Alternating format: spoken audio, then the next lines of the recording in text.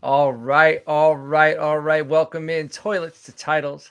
This is episode number 170.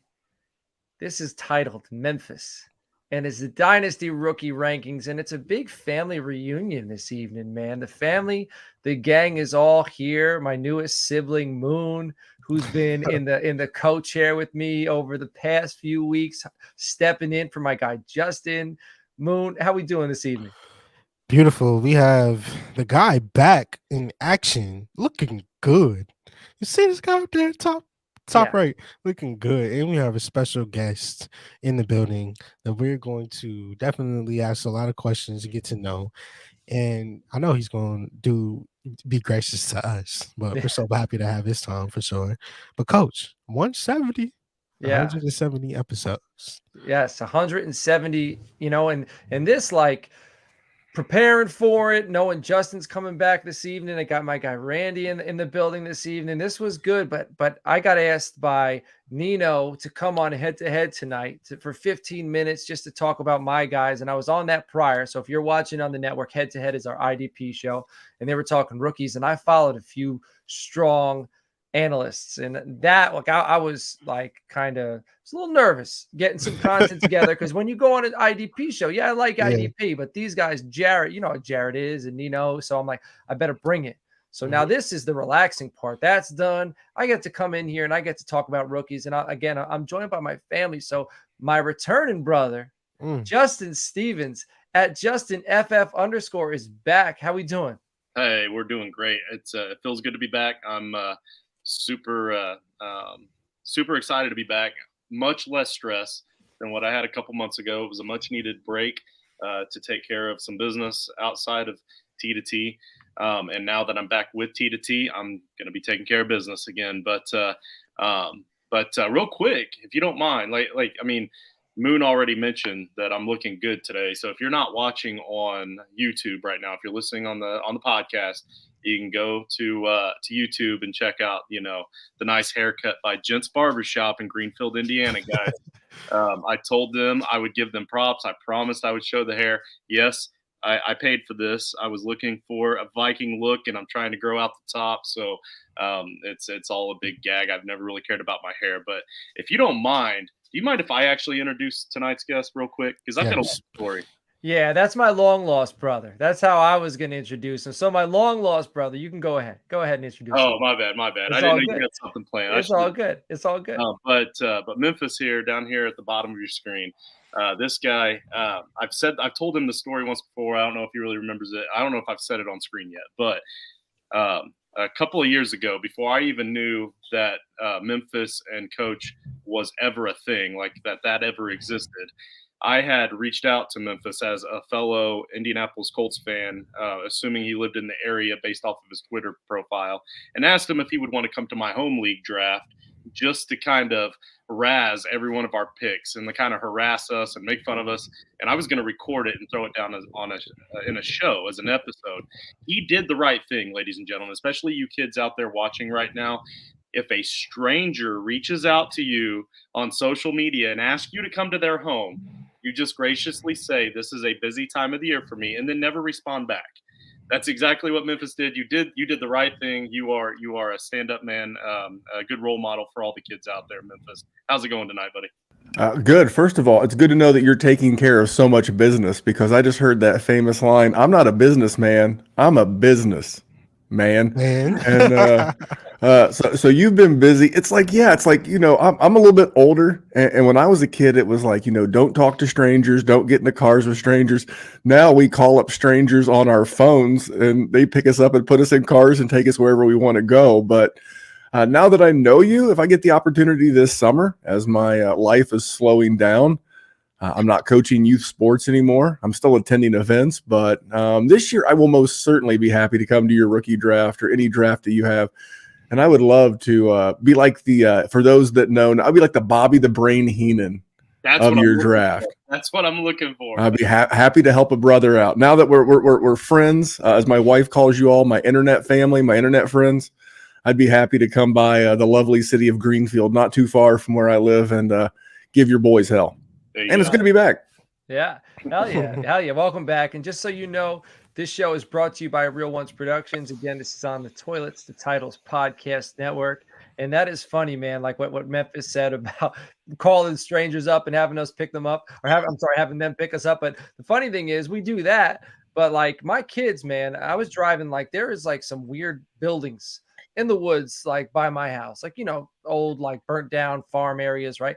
And when I was a kid, we used to just wander through the woods and explore stuff like that. Like, nah, and my kids, dude, they don't even know it exists. I got an 11-year-old and an 8-year-old. They've lived there in this house their whole life. And I mean, yeah, so we've gotten a little more risque, but we've also kind of stepped away from some of the danger that I think we got involved in as kids. So it's a good give and take. But anyway, Memphis, speaking of dangerous, it is dangerous for the fantasy community not to follow the Dynasty Warzone Podcast Network. What do you have going on over there on the Dynasty Warzone Podcast Network? What can everybody find over there on the Dynasty Warzone Podcast Network? And what do we possibly have brewing between Toilets to Titles and the Dynasty Warzone Podcast Network?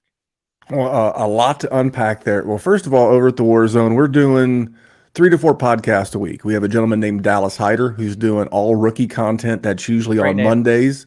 Dallas Hyder, he is his Twitter handle is Salad Galore, so it's Dallas backwards, and that's clever. So Salad Galore. So Dallas does our rookie content.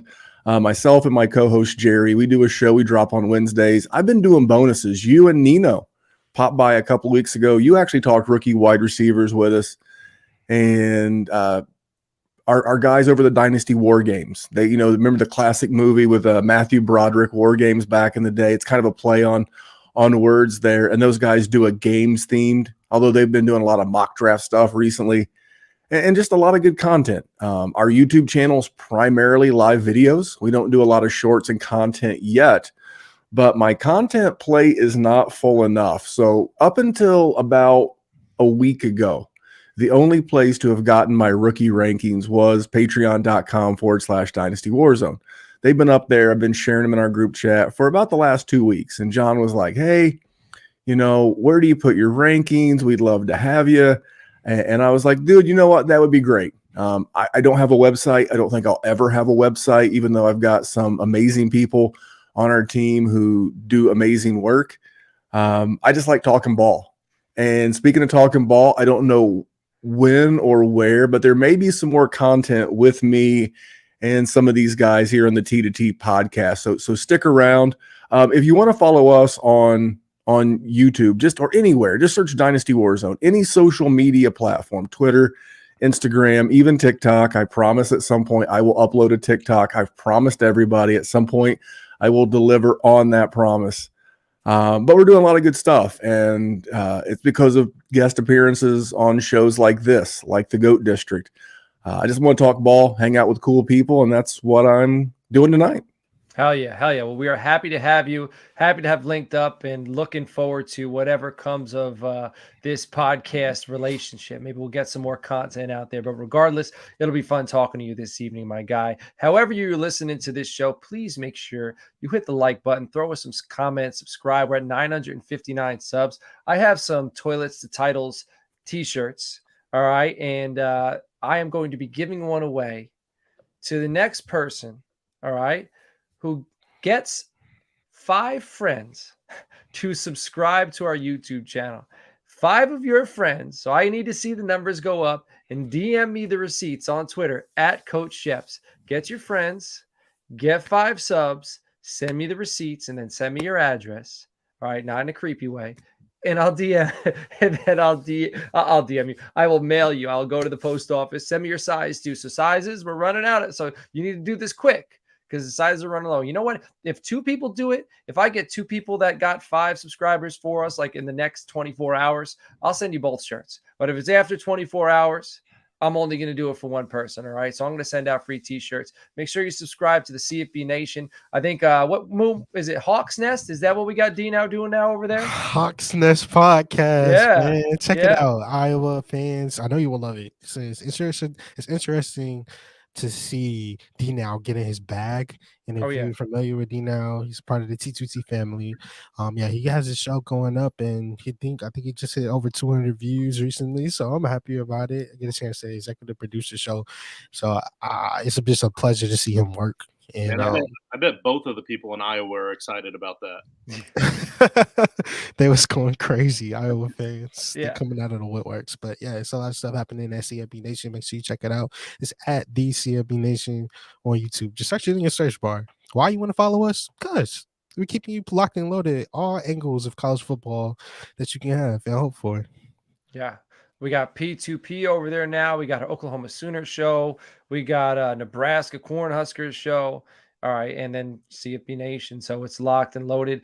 If you have Apple Podcasts or have access to an Apple Podcast, please throw us a 5-star review on there. That'd be greatly appreciated. If you want to get into our Frankenstein Listener League, an easy way to get in there, throw us a 5-star Apple review. I check it out. And if it makes me chuckle, if I look at it, so if it doesn't make me chuckle, but it makes me feel good, like it makes my cheeks rosy, you might get in if it makes me blush. All right. But if it makes me chuckle, you'll get in probably for free.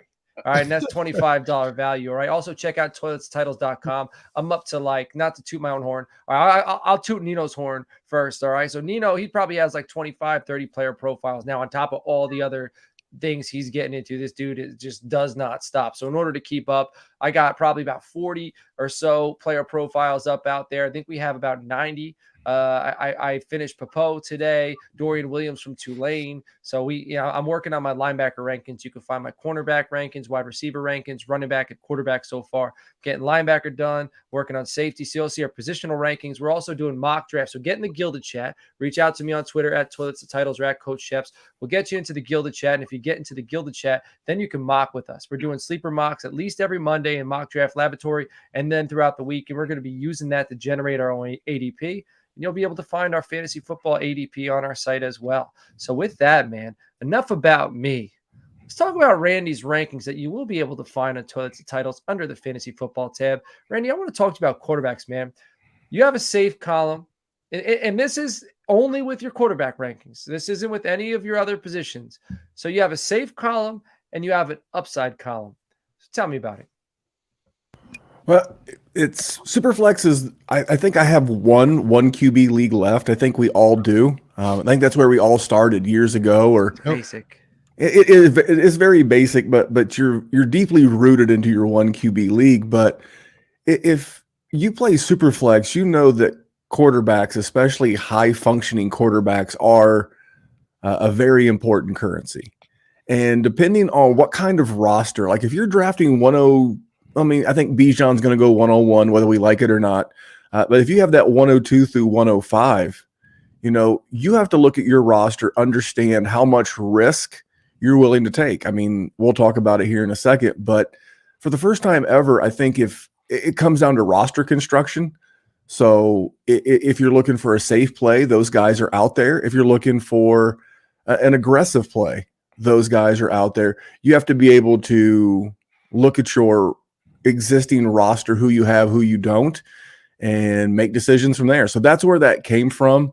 I think back to previous drafts where you like Jared Goff. I don't want to pick on Jared Goff. He's like the ultimate safe guy, but you're not going to win your league with a whole lot of Jared Goff as like your QB1 or even your QB2. He's fine. It's fine, but it's not going over the top as having QB1 when I got Josh Allen or Lamar Jackson or some of these high end quarterbacks like Burrows and everything.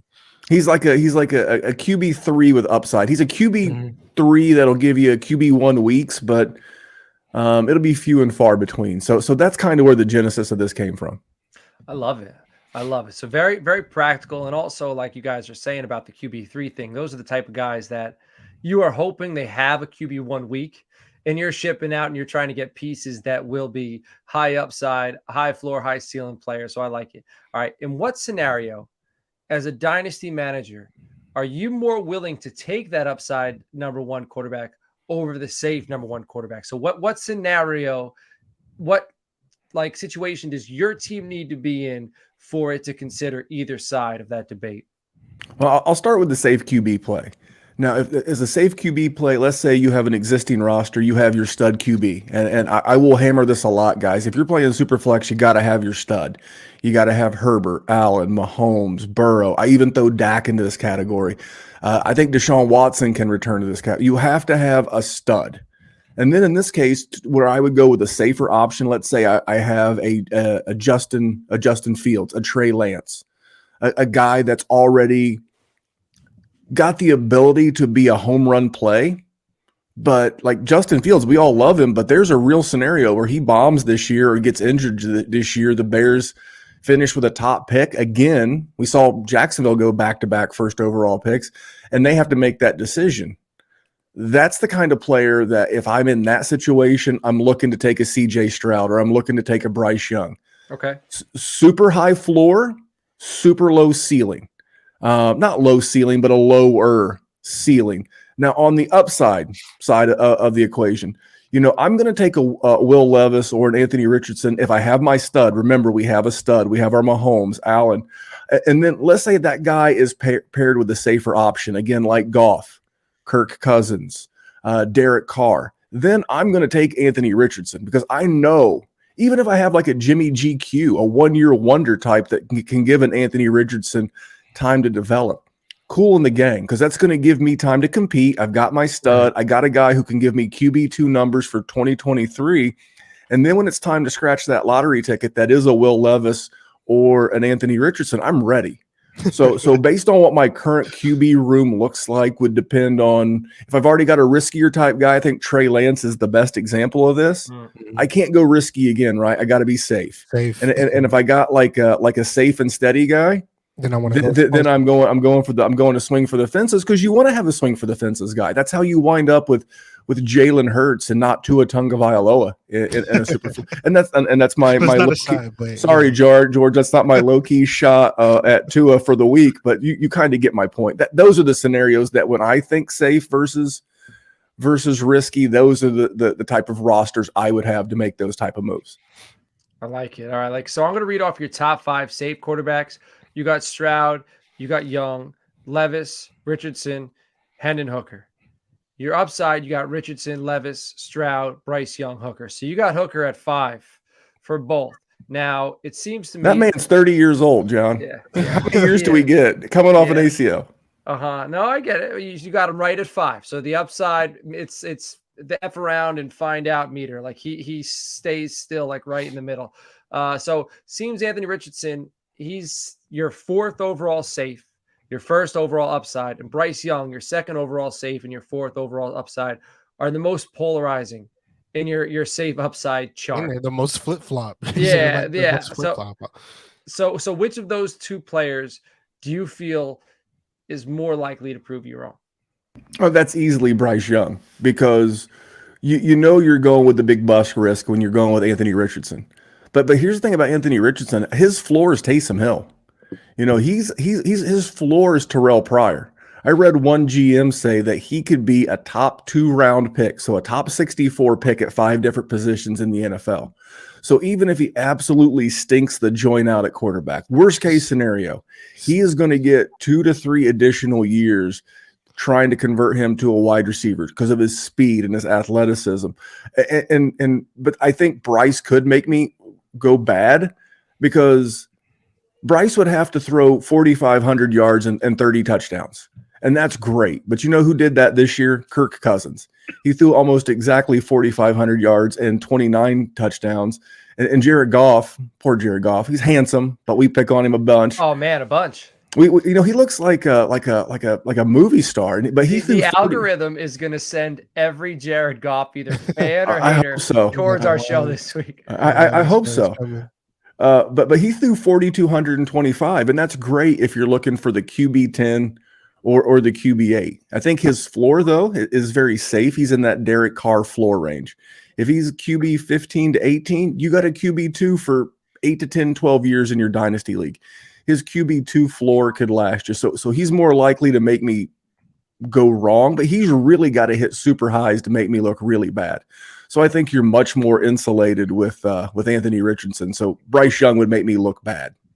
Got it. So if you're here for the Detroit Lions content or the Jared Goff content, you're not necessarily at the wrong show. The algorithm brought you here. Welcome. All right, this evening, this is Toilets and Titles, and we are talking rookies. Well, the Dynasty Warzone, we talk a lot of Detroit Lions. My co-host Jerry is from just outside the Detroit area, went to Michigan State grad and masters, currently residing in Ames, Iowa. But we talk a lot of Lions. Makes sense why you're Jaden, you got Jaden Reed high in your rankings, and now it's all starting to come together. I do. We'll talk more about those guys in just a bit. But yeah, that's there's love for the Lions here at the DWZ. I hear it. I hear it. All right. Now, you're a Colts fan. Justin's a Colts fan. Moon, you're a Falcons fan. So you got to wait a little bit, but the Colts are going to be able to take a quarterback early on. I didn't put this in the question when I sent it to you, but I think it's pretty much a given. I think CJ Stroud's going first overall. So who do you want the Colts to take?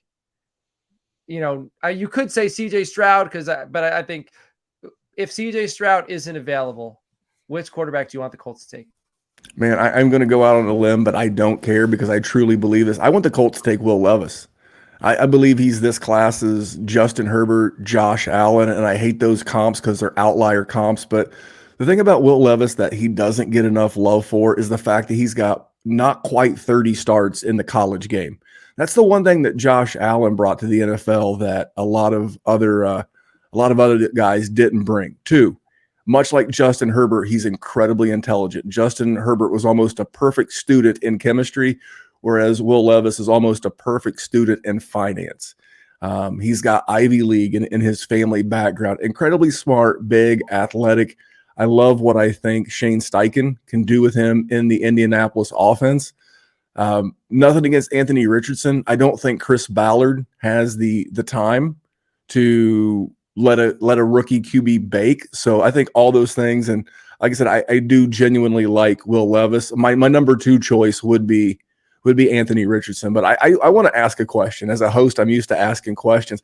I want to ask Justin, as a fellow Indy guy, do you like Will Levis as my choice, or would you prefer Richardson or one of the other two? I was about to ask you a question too, but I absolutely love Will Levis. I mean, he's the guy that I'm hoping for as well.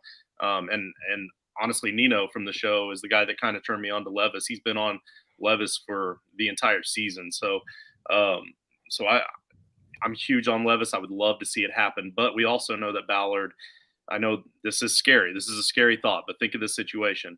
Ballard has been prone to trade back when he has a few guys he's interested in. Looking at the teams behind the Colts, there's several right behind us that could also be quarterback needy. So what do you think the odds are if Levis and Richardson are both there that they trade back a spot or two and pick up maybe another second rounder? I think if both of them are there, I don't have a problem with that. Maybe trading back with the Sea Chickens who have an extra set of picks from the Russell Wilson trade. But can I make a dynasty analogy for all your listeners real quick? I was going to do this is a behind the scenes. This was actually going to be my first YouTube short and Instagram video. But are you ready? Yes. Don't be a dynasty GM the way that Chris Ballard is an NFL GM. And what I mean by that, and what I mean by that is you can be really, really, really good at identifying talent and selecting players. Like, you got to give the man credit. He's hit on a lot of draft picks. You know, he had 2 first-team All-Pro rookies with Nelson and Shaq Leonard, but he's never been able to build a team because sometimes it's not just about identifying talent and putting it on a roster. Sometimes it's about building the right combination of talent to build a winning roster. And I don't know if that was a minute to keep me within the TikTok and the shorts guidelines of a minute. You got it in there. But that was going to be my first one. Maybe we'll snip this out and we'll find a way to get it loaded onto to be the first ever Dynasty Warzone TikTok will be my guest appearance on Toilets to Titles. Love it. Got the hashtags for you. Thank you, sir. Moon, I need you to tell me. Yes. He's got Hendon Hooker safe as a quarterback 5. Yeah. Risky quarterback 5. Mm-hmm. What do you think about Hendon Hooker? Are you so concerned about his age or his injury? You think he can come into the NFL and he can play?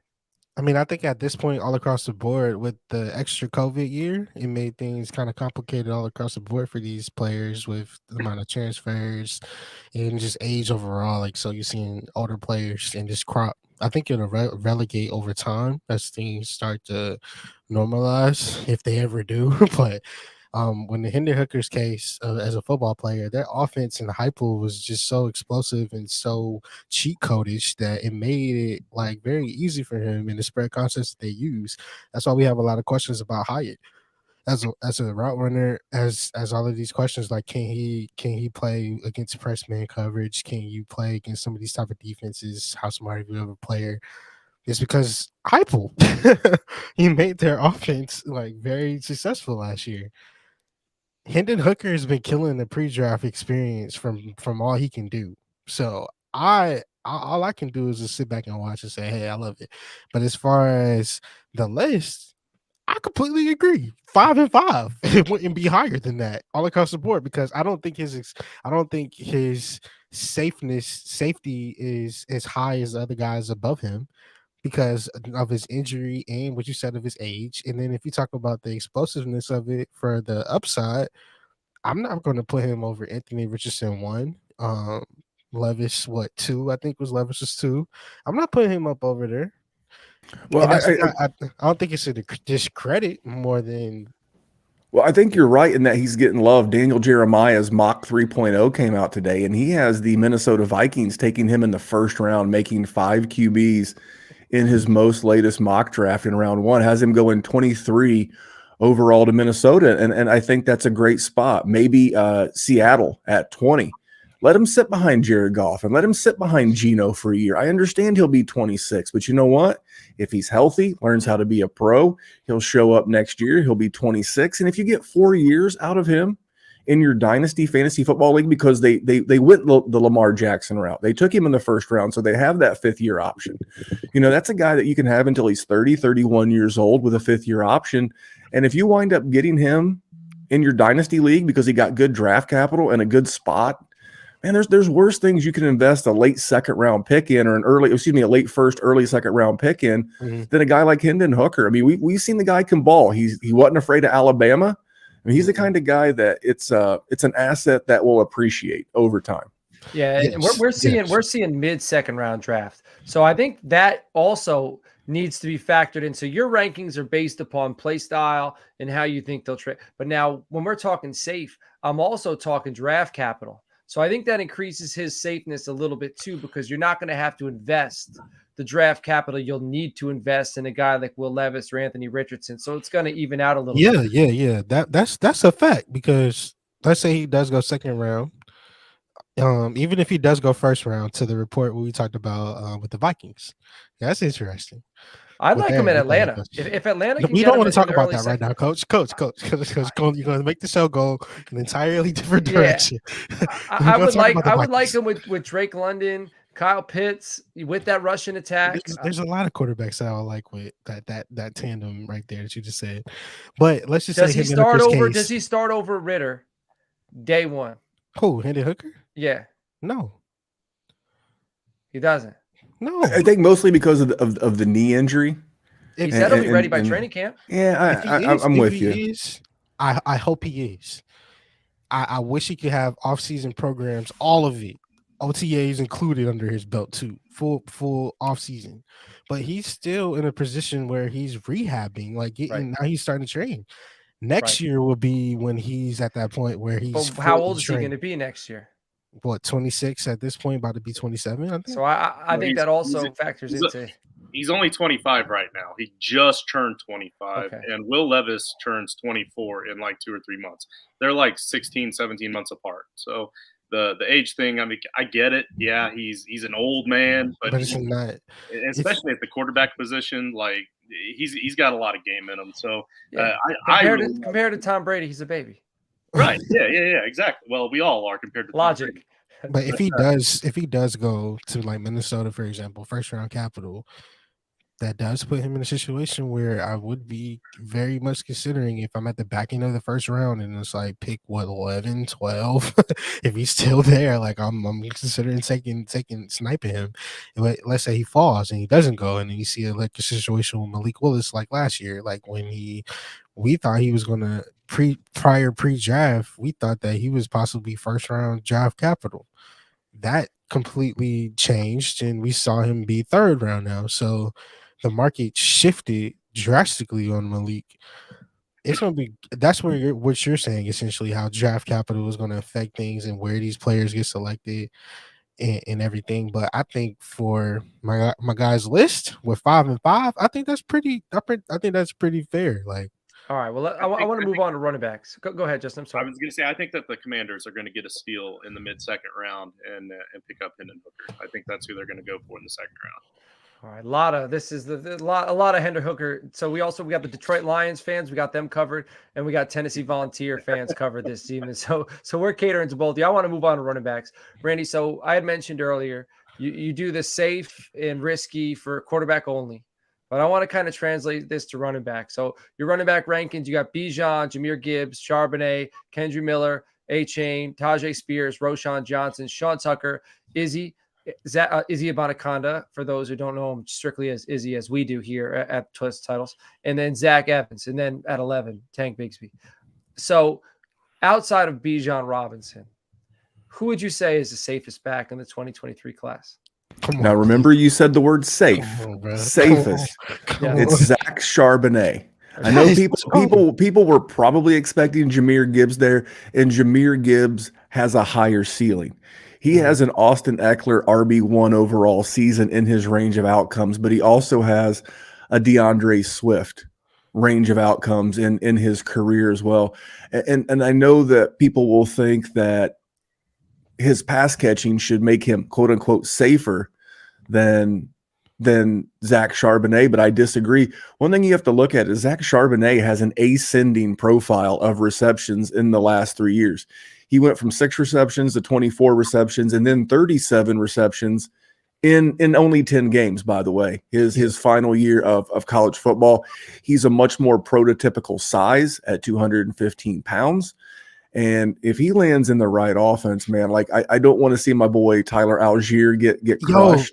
But that's a running back. But that's the kind of running back in an Arthur Smith offense. Miami re-signed every scrub and crumb bum, Salvon Ahmed and Myles Gaskin and all these dudes. But this is the this is the kind of guy, if he gets the right spot, I'm telling you, he will leapfrog Jahmyr Gibbs as the RB2 given landing spot and draft capital. So he is the safest based on pedigree, profile, and size. That's the big key. That's the safest key, is he's 215 versus 200.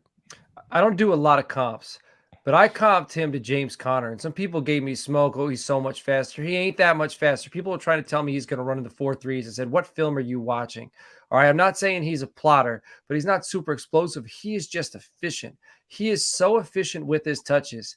You're getting, 4 yards a clip, 4 yards a clip, 5 yards a clip, and translating that to an NFL offense, he's going to get touches because he gets it done. Like you said, 37 receptions last year. So the guy can also catch the football. He's not going to blow you out of the water with elite skill and athleticism, but he's going to keep churning and churning and churning and gaining and gaining. So I think he is safe. Well, I'm using Player Profiler right now because they have a very nice presentation. I have it on my second monitor over here. Shout out to Player Profiler, my boy Cody Carpentier and Theo Grimminger. But they do their best comparable, right? His best comparable is DeMarco Murray, former Cowboy, and he ran a 4.53, which is 70th percentile for the running back, 101 speed score, 71st percentile, and then his burst score. Burst means a lot at the running back position, and his is 120, 23.9, 78th percent. Yeah, he is really, really a solid back. The more I watch him, the more I read about him, the more I like him. He can't overtake Gibbs now, but man, we're a month to 5 weeks away from him doing that. I think this guy is a lock for 3 with gunning for 2. Like it. Moon, you're going to say something. Go ahead. The guy that I've been seeing get disrespected and just pushed to the wayside because he didn't get a chance to play against UGA and have his name ring a bell in the national championship. Kendre Miller at 4. I want to know all about your thought process when it comes to that, because a lot of people might not know who he is. But for me, I fell in love with his tape when I watched him. Because with as much as everything was going on as far as the chaos in the backfield with TCU's O-line at times, he just gets busy and then just goes straight downhill. And his top end speed is better than what I feel like people give credit for. So talk to us more about Kendre Miller. I'll give you a couple of things. I believe he was the man who ran Zach Evans out of town at TCU. And then second of all, as I'm getting deeper and deeper into this, I've been very blessed and very fortunate. I'm going to name drop. You might want to grab some handles to pick up these names. but I'm going to name drop. So I had Bruce Matson from the DLF on our show. He absolutely loved Kendre Miller. All right. Then I had Garrett Price on from the Dynasty Nerds. He also couldn't stop talking about Kendre Miller. So in that third tier, in that second tier, right behind Charbonnet, Gibbs, and Robinson, it was a slam dunk getting him there. Good size, good athlete. I call those writer downers. I don't believe any of us are as smart as all of us. And when really respected people that I trust to do this kind of stuff, when everybody's saying Kendre Miller, he's going to move into the top of a tier for me. So that's how he wound up at my 4. Mike, go ahead, Justin. And then Hendon Hooker only threw 2 interceptions. I'm just kidding. I'm just playing. My question for you, Memphis, is and Tyjae Spears. And I'm not just saying that because he's friend of the show, friend of Toilets and Titles, Tyjae Spears. But we're talking safe running backs here. Mainly, I'm looking at his draft prospects right now. It's prospecting to be somewhere around mid to late 3rd round.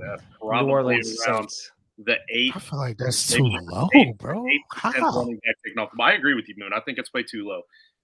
But at that value, considering the fact that we've seen that he can do it all, he can catch the ball out of the backfield, he can block, he can run the ball, he's got great open field awareness.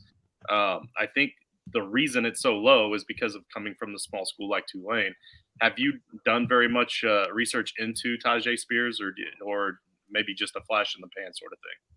Well, I was going with the rankings. I have Devon A-Chain at 5, which is fairly consensus.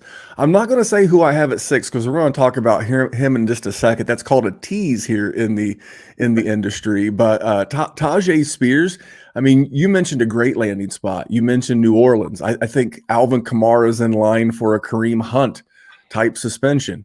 I know one was involving a female, one was involving a male, but you got violence on camera in this day and age. I think that would be a very similar suspension. So if he were to land, and plus, he's going into year 7 of his career, whether or not he gets into trouble or not, he's becoming an older running back. And Tyjae Spears would be the heir apparent. I'll tell you a spot that if Tyjae Spears lands, that I'll go from 6 to midnight on this guy, and that's going to be Denver. Sean Payton is the master. And I love Javonte Williams. And so far, with the exception of Samaje Perine, he's avoided real competition in that backfield. There's a couple of spots that Tyjae Spears could slingshot past A-Chain and my number 6 running back and maybe get in that 4 or 5 range. But for right now, I really like everything he brings to the tape. I loved what he did against USC. But right now, when we talk about number 6, I think you guys will understand why. I mean, his burst score is just off the charts on this player profile right here. The 91st percentile, 128.8. We saw it up close and personal at the Senior Bowl.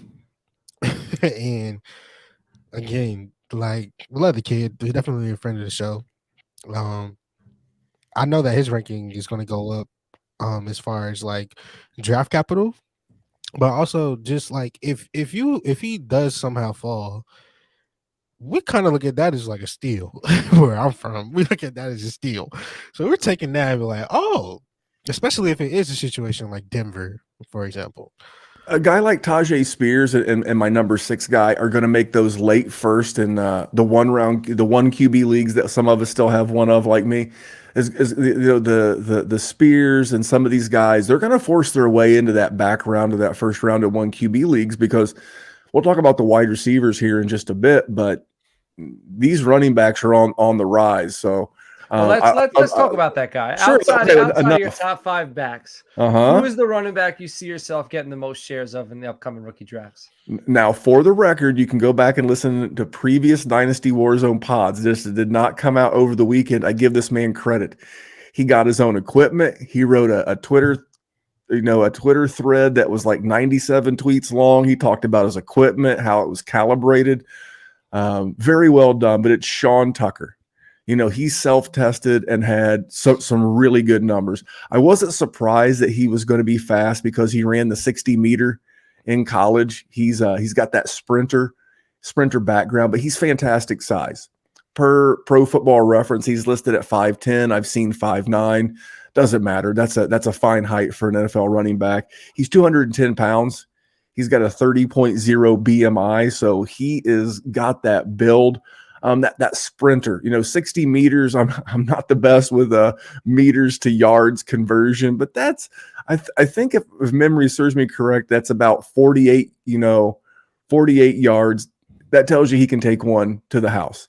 He's also got a very good pass catching profile. It ascends like Zach Charbonnet.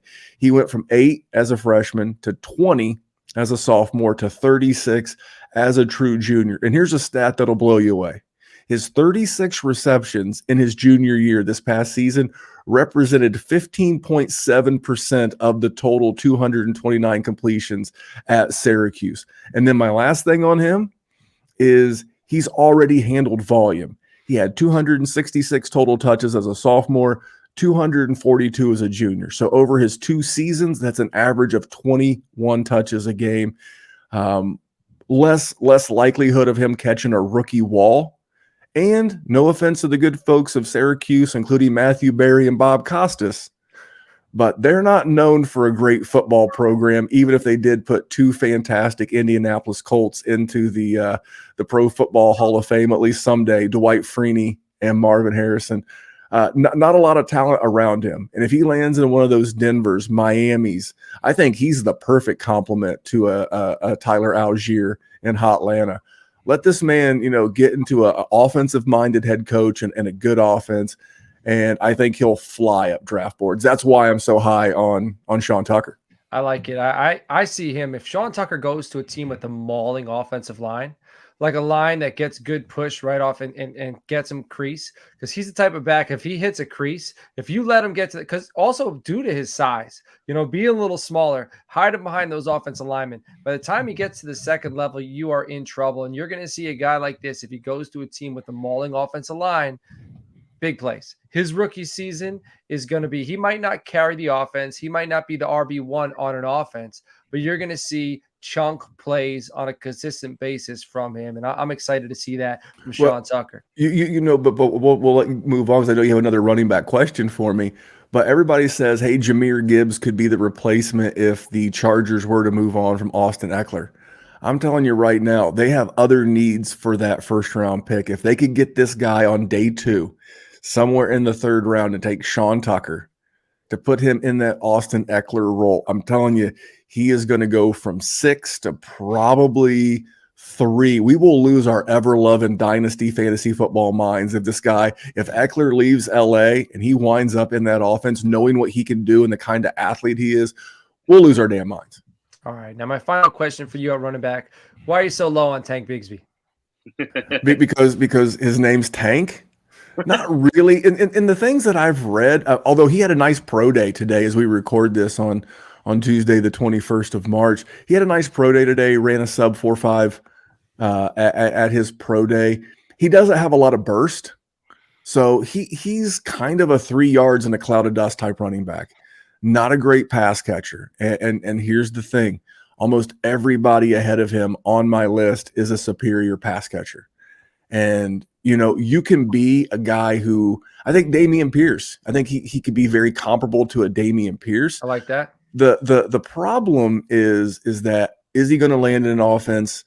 The best offenses for him are taken. He's Tyler Algier. He's that type of dude. And I think he'd be a good compliment to Tony Pollard. Now for talent, yes, that's a wonderful landing spot for him. But from a pure fantasy football standpoint, which we do, if you're not going to bail me out every week with 3 catches for 20 yards on a bad week where you may only rush for 40 or 50 and cobble together 10 PPR points, I really can't use you. And that was my knock on him. I don't think he's a home run hitter. But when you said as a compliment to Tony Pollard, R.I.P. Rojo, but as a compliment to a Tony Pollard, even sweep out some of the bums in L.A. if they manage to work something out with Eckler and put him in that role. I'm cool with that too. But he's more of a complimentary piece, and these guys that I have ahead of him, I think given the right opportunity, they could have RB1 weeks, and he would need to fall in the end zone a couple of times to hit that. So nothing personal. I think he was supposed to have been good for a long time. I'm rooting for the young man. I just don't see it from a fantasy football standpoint. Love it. All right, let's move it on to wide receivers, okay? So this is a bizarre year for wide receivers. There seems to be no true consensus number one wide receiver. You talk to different people. It seems everybody has a different guy. If you are a wide receiver needy and have a top 5 pick in rookie drafts, right? So we're talking dynasty fantasy football. You have a top 5 pick. Are you staying put and drafting one of these wide receivers? Or are you looking to move that pick and acquire a veteran wide receiver who you know, like this is a bird in the hand, right? As opposed to two in the bush, how the saying goes. So what are you doing with that pick? Well, I hope you can tell by my answers. I'm really excited to be on the T2T podcast, and I've put a lot of thought into this. Now, you said top 5, and if I'm in the top 5, I'm sticking. If I'm at one in a 1 QB league, right? If I'm at 104 or 105, I'm sticking and picking. To me, this class from a wide receiver standpoint is a 2-man race. It is Jackson Smith and Jigba, and it is Jordan Addison. I have a type. I think we all have a type, whether it be women, football teams, whatever. I have a type at wide receiver. I like if they use the term mechanic or technician as it relates to a wide receiver, I'm going to be in on that wide receiver. That's how we win at football at the wide receiver position in 2023. The days of the big body clasher are kind of behind. That's my type. I know it is, John. Yeah. Hashtag Des Bryant. Yeah. But if I have the 101 through 103, I'm going to go ahead and take my running back there. I'm going to take Gibbs or Charbonnet. If I have the 101, obviously I'm going to take Bijan. Well, in this scenario, because you need a wide receiver. But I'm saying that because hopefully if I have the 103 or 102, I have the 202 and 203. Right. Which means in that range, I can probably draft a guy like Jalen Hyatt or Cedric Tillman. And I would much rather leave my rookie draft with Jahmyr Gibbs and Cedric Tillman in a 1 QB league than leave my draft with Jackson Smith and Jigba and say a Tajay Spears or a Zach Evans. Inside the top 5, like I said, 4 and 5, those are my 4 and 5. I just, on the Toilets of Titles podcast, I just fashioned my top 5 in a 1 QB league.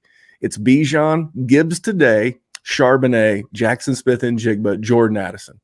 So I would rather try to get my wide receiver, but if I need one and I can trade back, yes, I would also entertain a trade back. But it's going to be hard to pass on one of the big 3 running backs as well.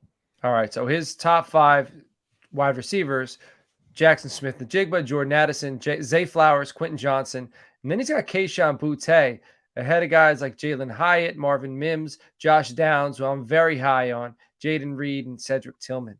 So you got Boutte up at number 5, and he's got tape that shows he's worthy of being a top 5 wide receiver in this class, but he's also got inconsistencies and question marks. So what is it about Kayshon Boutte currently right now that has you confident enough to put him in your top 5 wide receivers? Several things about Mr. Kayshon Boutte. First of all, it feels like we've turned our back on this man, because for 2 or 3 years in the Devy circles, all I've heard is Kayshon Boutte. He was a big-time recruit, and it felt like he wanted to be the next recruit in that long line of successful LSU wide receivers, whether that be Odell Beckham, whether that be Jarvis Landry, most recently Jay Jettis and Jamar Chase. And I don't think enough young people, because we all make bad mistakes, when we're 18 years old. And he made some bad mistakes as it relates to choosing LSU. He's not even 21. As you and I, old co-host Mike Jernigan used to say, he's got some growing up to do. He's very high up on the knucklehead factor. He's got he's got some knucklehead to him. Yeah. But when you read his draft profile and it says that, he needs to work on his drops, but I watched him here in Indy and he had some nice gauntlet runs. And I think he's not a Justin Jefferson, Jamar Chase guy, but I think we forget that he's a pretty good vertical threat, and he's versatile. I think he's a wide receiver that could be lined up in a lot of different positions. He doesn't get pigeonholed automatically into a team's wide receiver 1. He could start off as a 2, graduate to a 1. And then my last thing is all these guys, whether it's Sean Tucker, Will Levis, I like guys that have talent on less than talented teams. Let's look at this year with Jaden Daniels, who couldn't throw 3,000 yards or 20 touchdowns. Am I to blame Kayshon Boutte for a lack of production? I am not. In 2021, Max Johnson couldn't throw 3,000 yards. He did throw 27 sounds like a created player on NCAA football. It does. It does. Max Johnson. Yeah. How'd they know my nickname in college? But anyway, Max Johnson threw 27 touchdowns in 2021, and Boutte caught 9 of them. And then his freshman year, his true freshman year, he had some weird 3-headed quarterback monster who couldn't throw for 3,000 yards. That's what happens when he showed up there playing for Ed Orgeron. I was hoping for more out of Brian Kelly. Again, if he gets round 2 draft capital and he goes to a fairly good team, I'm going to be all over this guy. I didn't forget. I normally don't fall for the Debbie Darling, but man, this kid, I don't want to go as far as to say special, but in a draft class that I hate at the wide receiver position, outside of Addison and Njigba, man, I'm going to wind up with a lot of Boutte. That just sounds great. This sounds great for Max Johnson. It's going to be very interesting to track his ADP because I feel like Kayshon Boutte, his draft capital in dynasty leagues is going to be absolutely all over the place. Like it's almost going to be like DK Metcalf for different reasons. But remember how divided the dynasty community was on DK Metcalf after his 3-cone drill? Like it was so divided. And I feel like it's pretty divided. He cornered like a dump truck. Yeah. Yeah. And I mean, it worked out for him, man, because he's a vertical threat and he can stretch the field. He can go up and get the football. All right. Which of these? Oh, sorry. Go ahead, Justin. I was just going to ask because you didn't really mention this guy hardly at all. And I have him listed as my wide receiver 3. So now I'm starting to worry about my own ranks. But Quentin Johnston by far is the biggest man out there when it comes to the wide receiver position. And I know that's a big thing for Coach here. You just said you have a type. I know he's not your type. But outside of him just not being your type, is there some red flags there that is causing you to avoid that man? The reddest of red flags. So I've had a lot of great guests on the Dynasty Warzone. I had 2 a while back. One's name was Nino Brown and one's name was Coach John Sheps. And as we were discussing Quentin Johnston, we were looking at his best season was like 1,057 yards. And that was with a guy, he's not going to the pros, but he was a serviceable college quarterback in Max Dugan. And the best you can muster is 1,057 yards. And you're listed at 6'4", measure in at 6'2", and the most touchdowns you can get in a season 6. You want to play the bully ball in the NFL, man, you're going to get your ass whipped if you play like that. And that was against Big 12 corners. So those are the red flags that I have with Quentin Johnston. It's not that I don't like him. I have him at 4 in my rankings. I have to respect his size and physical talent. I know Todd McShay calls him the pterodactyl because of his wingspan. So I definitely respect it. But we coined this on the Dynasty Warzone with John and Nino, and it's like, we don't like big wide receivers that play small. I like Steve Smith. I like Terry McLaurin. I like smaller wide receivers that play big. And that's my knock on Quentin Johnston. Very fair. Love it. I like it. Love it. All right. Which of these wide receivers do you think is the most likely to surprise the world? Like somebody you have after number 5 that, if given a great landing spot or opportunity, could become a future wide receiver 1? Oh, without question. I don't know that a lot of people have done a lot of work on this guy, but it's Michael Wilson out of Stanford. First of all, they don't let dum-dums into Stanford. Harvard of the West, I've heard it's called. But he fits the bill of what a wide receiver 1 should be. 6'2", 213 pounds. And if you use Player Profiler, again, I like to give credit where credit is due. He is an upper quartile athlete. So he's in the top 25% of all the wide receivers they've ever ran through their athleticism score. That's pretty high praise when they've ranked 2,200 plus wide receivers. And then, he's a yak upside guy. You love those yards after the catch. Nothing against new Cowboy Brandon Cooks, but he's kind of like my man Marvin Harrison back in the day. Catch it and fall down. T.Y. Hilton had some of that too. This guy doesn't have that. He has good yak. He has good yak upside. He has excellent ball skills per the Draft Network. The concerns are that he's raw because he's missed a lot of games at the college level. He had a foot injury his junior year that caused him to miss the back half of his junior year and the start of his senior year. but that looks to be behind him based off the athletic score he put up at the combine. And I love athletes with burst. I think speed's neither here nor there when you're running 40. I mean, John, you're an athlete. You coach young people for athletics. You know, we can whip your 40 into shape in no time if you're diligent and willing to put in the work. But some guys play faster than each other. And he's a guy that I think, if I remember correctly, I have him as my wide receiver 14. But he's a guy, he's got the build, he's got some skills. If he winds up in the right spot where he can develop, like I would love, absolutely love for this guy to wind up in New York, the Giants. Sorry, John, I know your Cowboys would have to face him that way. But a guy that could, you know, mature behind some veterans there, or even Carolina behind an Adam Thielen, where he could develop for a year. I think this guy could be special. Man, we all, me, Moon, Justin, we were drooling over Michael Wilson at the Senior Bowl. Yes. So it's not just the burst with him, it's the body control.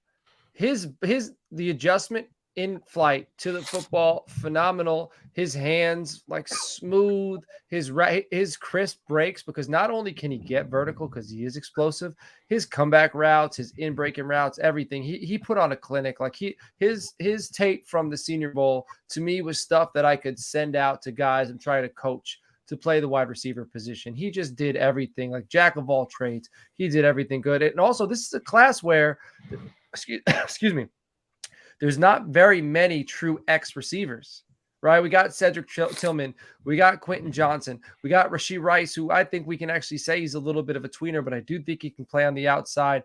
We got A.T. Perry.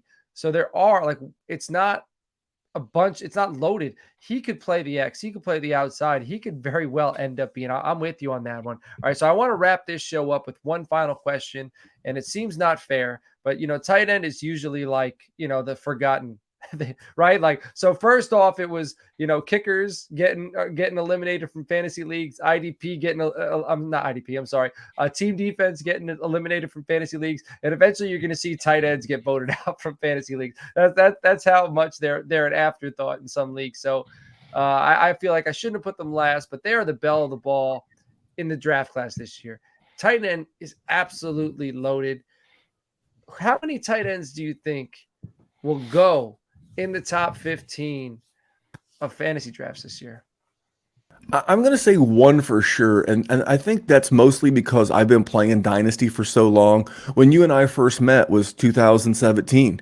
And we can't forget that famous and mostly disappointing class of guys like O.J. Howard, Evan Ingram, who's just now making good again after a great rookie season, David Njoku started to look like a dude, Gerald Everett, Jonnu Smith. That was also a loaded class.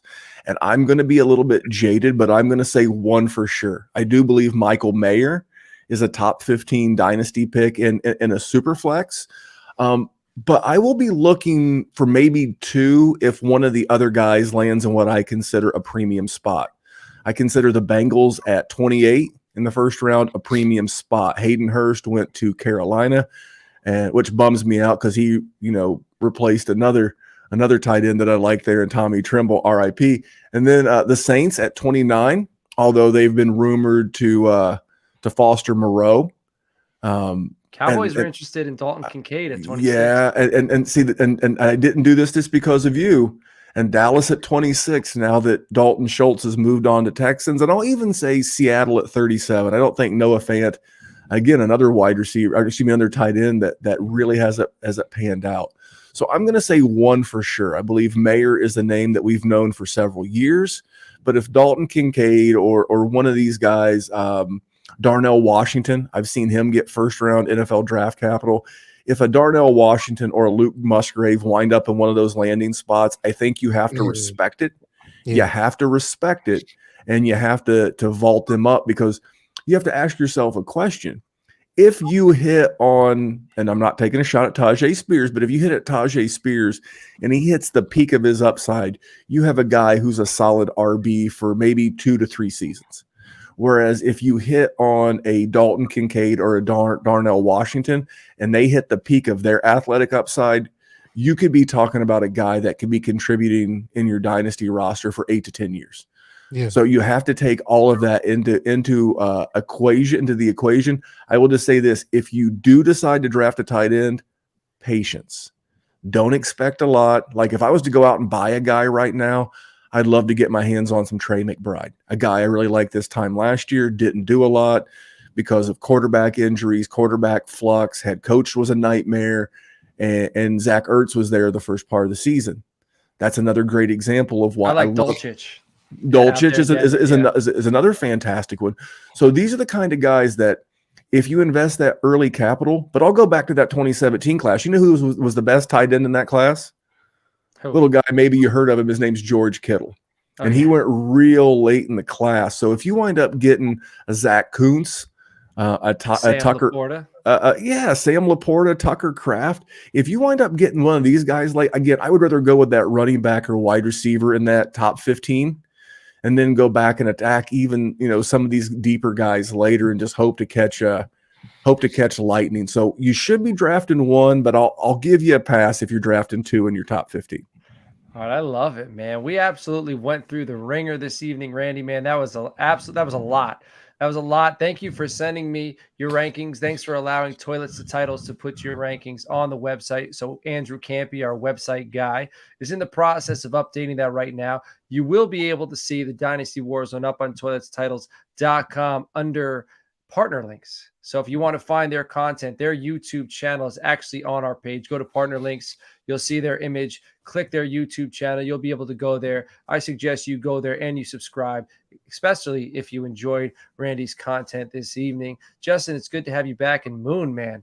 What a ride it has been. You at the Senior Bowl, Justin had to step away. He had work to do. I was like, what am I going to do? And I was like, wait, I'm playing pool with this guy. We played about 100 games of pool in like a 3-day span. I was like, Moon, we're linking up for a reason. You stepped in. You like were the pinch hitter, and you absolutely crushed it over the past few weeks. I'm hoping, obviously we're going to have you on for our mock drafts and other content. I'm hoping, the channel, the network's open and looking for fantasy content. If you decide you want to come on the network and you have your own show and Moon Unleashed, we're good with that. But man, it has been a pleasure working with you the past few weeks, my guy. Oh, for sure. And I know that we made great impact. Shout out to the T2T family because, hey, y'all been circling this all up. And Coach has been a great ride, great journey over this last couple of weeks. Justin, I'm happy that you wasn't nervous before the show started and everything. You're back into the fold. But yeah, man, like I look forward to what is going to happen on the T2T network as far as my content and everything. But yeah, thank you again. New show, The Full Moon. Hey, I want to take a chance to thank Moon also for stepping in for me. You have no idea how much of a huge pressure that was lifted off of my chest to find that out, because I was super nervous to tell John that I needed to step away.